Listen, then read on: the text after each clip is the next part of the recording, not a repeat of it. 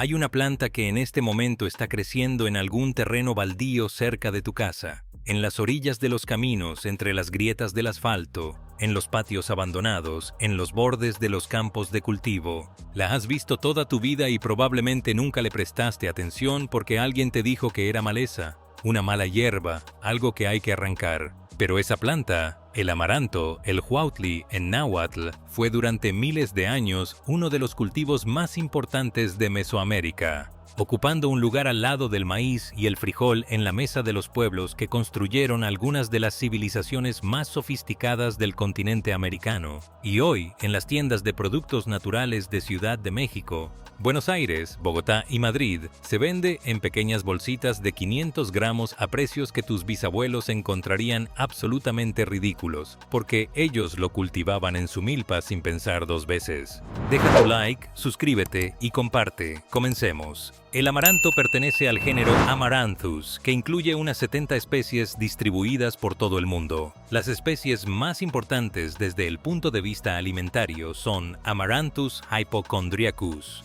Amaranthus cruentus y Amaranthus caudatus, todas originarias de América. En México y Centroamérica se cultivaban principalmente las dos primeras. En los Andes, especialmente en Perú, Bolivia y Ecuador, y predominaba la tercera, conocida localmente como kiwicha o achis. Pero el amaranto no es solo americano. Especies silvestres del género Amaranthus crecen en todos los continentes excepto la Antártida. Y en muchas culturas del mundo, desde India hasta el norte de África, se han cultivado formas locales de amaranto como verdura de hoja. Lo que distingue a las variedades mesoamericanas y andinas es que fueron seleccionadas específicamente para producir grandes cantidades de semilla, convirtiéndose en granos de alto rendimiento, además de verduras de hoja. Para los mexicas, el amaranto, huautli, era mucho más que un alimento.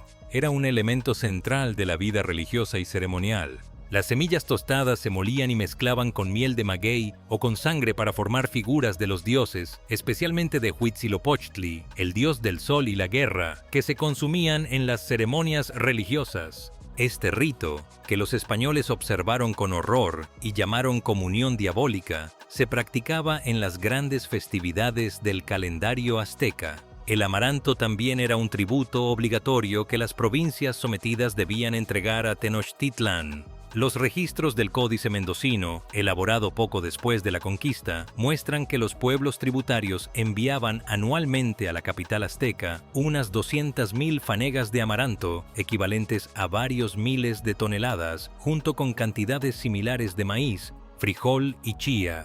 Eso da una idea de la escala en que se producía y consumía. Cuando Hernán Cortés y sus aliados tlaxcaltecas derrotaron a los mexicas en 1521, uno de los primeros actos de la administración colonial fue prohibir el cultivo del amaranto. La razón oficial era religiosa, eliminar una planta asociada a rituales que los españoles consideraban idólatras y diabólicos, pero la consecuencia práctica fue devastadora para la nutrición de la población mesoamericana. Los pueblos que durante siglos habían dependido del amaranto como fuente de proteína de alta calidad quedaron sin esa fuente. El maíz, que sí fue permitido y hasta promovido por los colonizadores porque podía ser fácilmente tributado y almacenado, no tiene los aminoácidos que el amaranto aportaba. La deficiencia nutricional que siguió a esa prohibición es uno de los factores que los investigadores de la historia de la salud colonial mencionan cuando explican la catastrófica declinación física de la población indígena en los primeros siglos de colonización.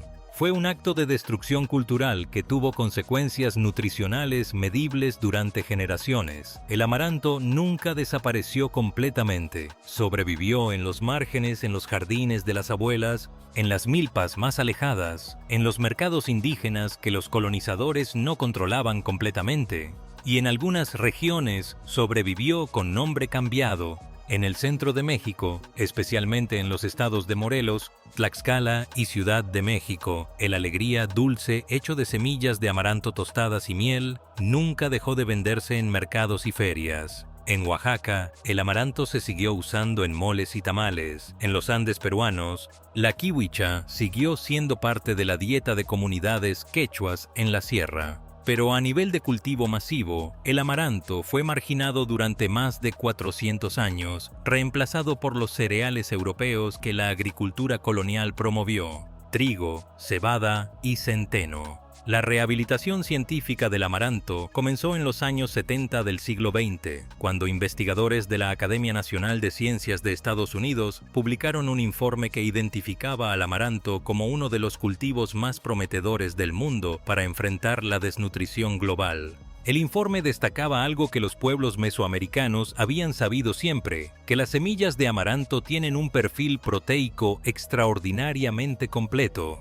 La proteína del amaranto contiene todos los aminoácidos esenciales, incluida la lisina, un aminoácido que es escaso o ausente en la mayoría de los granos de cereales como el maíz, el trigo y el arroz. La lisina es fundamental para el crecimiento, la reparación de tejidos y la absorción de calcio, y su deficiencia en dietas basadas exclusivamente en cereales es una de las causas de la desnutrición crónica en muchas partes del mundo. El amaranto, combinado con maíz, produce una mezcla proteica completa equivalente a la de la carne. No es coincidencia que en la milpa tradicional, el sistema de cultivo múltiple mesoamericano, el amaranto siempre creciera junto al maíz y al frijol. Deja tu like, suscríbete y comparte. Los números nutricionales del amaranto son, en efecto, impresionantes. Por cada 100 gramos de semilla seca, el amaranto aporta aproximadamente 14 gramos de proteína, 7 gramos de grasa, principalmente ácidos grasos insaturados, 65 gramos de carbohidratos,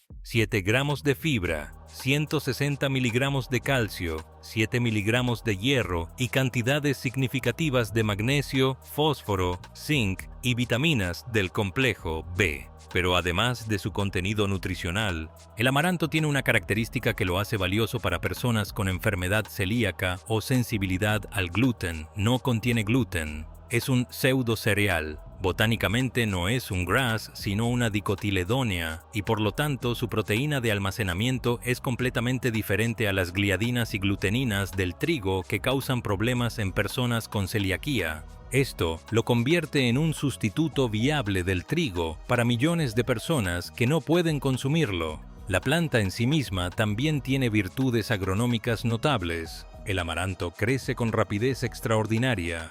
En condiciones favorables puede pasar de semilla a planta lista para cosechar en 90 a 120 días. Tolera suelos pobres, sequías moderadas y puede crecer en altitudes desde el nivel del mar hasta los 3.500 metros. Tiene muy pocas plagas graves. Produce rendimientos de semilla de entre 1.500 y 3.000 kilogramos por hectárea en condiciones buenas, comparables a los de cereales menores como el mijo o el sorgo. Y genera además una biomasa verde enorme. Las hojas jóvenes son comestibles y nutritivas, con un sabor parecido a la espinaca pero con mayor contenido de proteína. En muchas partes de África y Asia, el amaranto se cultiva principalmente como verdura de hoja, no como grano, y las hojas se cocinan de manera similar a otras verduras de hoja verde. En América Latina, esa tradición de consumir las hojas se ha perdido casi completamente, aunque en algunos mercados oaxaqueños todavía se venden. La historia del amaranto en el siglo XX tiene también un capítulo fascinante relacionado con la exploración espacial. La NASA identificó al amaranto como uno de los cultivos candidatos para sistemas de soporte vital en misiones espaciales de larga duración, por su capacidad de crecer en espacios reducidos con luz artificial, su alta densidad nutricional y la posibilidad de usar prácticamente toda la planta, semillas, hojas, tallos, para alimentación. Esta conexión con la NASA fue aprovechada con entusiasmo por el marketing de los superalimentos a partir de los años 2000 y contribuyó al posicionamiento del amaranto como producto premium de mercado orgánico. El problema es que ese posicionamiento premium lo alejó exactamente de las personas que más lo necesitan nutricionalmente. Las familias de bajos ingresos en zonas rurales y urbanas de América Latina, que son las mismas que históricamente lo cultivaban y consumían, y que hoy no pueden pagarlo a precio de tienda gourmet. En México existe un caso de éxito notable que demuestra que el amaranto puede reintegrarse en la economía y la nutrición de base.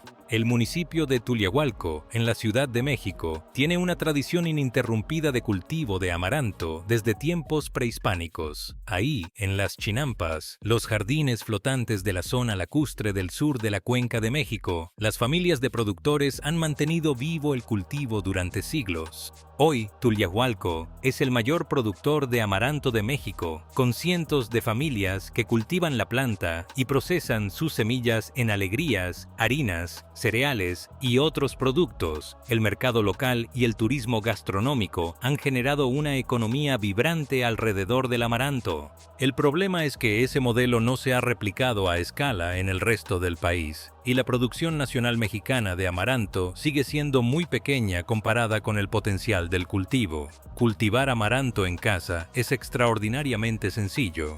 Las semillas se consiguen en tiendas de productos naturales o directamente en mercados de comunidades productoras. Se siembran directamente en el suelo a razón de unas pocas semillas por sitio, a una profundidad de apenas 1 centímetro, con un espaciado de unos 30 centímetros entre plantas para las variedades de semilla, o más densos si se van a cosechar principalmente las hojas. La germinación ocurre en 3 a 7 días. La planta crece rápidamente y produce una panoja, la espiga de flores y semillas, que puede ser de color rojo, morado, amarillo o dorado según la variedad. Cuando la panoja está madura y las semillas se desprenden fácilmente al frotar, se corta y se seca a la sombra durante 1 semana. Luego se golpea sobre una tela para separar las semillas. Un solo metro cuadrado de cultivo bien manejado puede producir entre 200 y 400 gramos de semilla y varias plantas adicionales de hojas comestibles. Para consumir las semillas en casa, la preparación más simple es tostarlas en sartén seco a fuego medio, moviéndolas constantemente hasta que empiezan a reventar como palomitas de maíz en miniatura. Esas semillas tostadas, el amaranto pop, se pueden mezclar con miel para hacer alegrías, añadir a yogur, mezclar con granola, incorporar a ensaladas o simplemente comer como botana. También se pueden cocinar como cereal, 2 partes de agua por 1 de amaranto, a fuego lento durante 20 minutos. Producen una papilla cremosa y nutritiva que funciona como desayuno. La harina de amaranto, que se obtiene moliendo las semillas en licuadora o procesadora, puede usarse para enriquecer harinas de trigo o maíz en proporciones de hasta el 30% sin afectar significativamente la textura de los productos horneados, y con un aumento considerable en el valor proteico del producto final. Lo que el amaranto representa es algo más grande que sus nutrientes o su facilidad de cultivo. Representa la posibilidad de recuperar una soberanía alimentaria que fue arrebatada hace 500 años. Cuando los colonizadores prohibieron el amaranto, no solo eliminaron una planta, eliminaron una manera de entender la nutrición, la agricultura y la relación entre el cuerpo humano y el territorio que lo sustenta. Recuperar el amaranto en los huertos domésticos, en las milpas comunitarias, en las escuelas y en las cocinas es un acto de continuidad cultural que tiene consecuencias nutricionales reales. No hay que llamarlo superalimento, ni ponerle una etiqueta de tienda orgánica, ni esperar a que la industria alimentaria lo popularice. Solo hay que sembrarlo, cuidarlo, cosechar sus hojas para la sopa de mañana y sus semillas para el desayuno del domingo, tal como lo hicieron las abuelas de tus abuelas antes de que alguien decidiera que era maleza. Deja tu like, suscríbete y comparte. Hasta la próxima.